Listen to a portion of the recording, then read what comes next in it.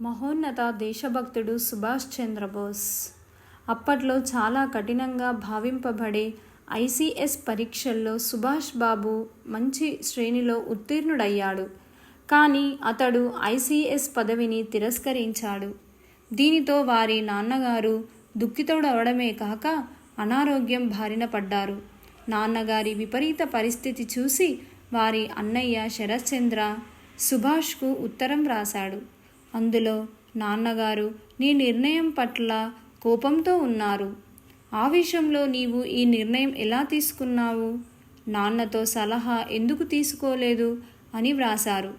ఉత్తరం చదివి సుభాష్ డోలాయమానంలో పడిపోయాడు. అన్నయ్యకు వినయపూర్వకంగా ఉత్తరం రాశాడు. బ్రిటిష్ రాజుల పట్ల విధేయులుగా ఉండే విధంగా ప్రతిజ్ఞ చేయడం నా వల్ల కాదు. నేను దేశసేవకు అంకితం అవుదామనుకున్నాను. ఎన్ని కష్టాలనైనా భరించాలనుకుంటున్నాను.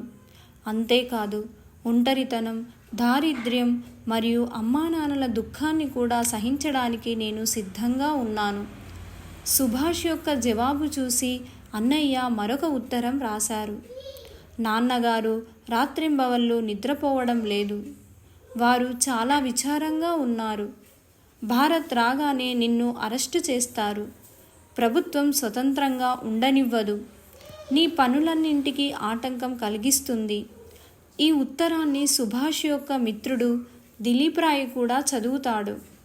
ఉత్తరం చదివి అతడు కూడా సుభాష్, ఇప్పటికీ సమయం ఉన్నది.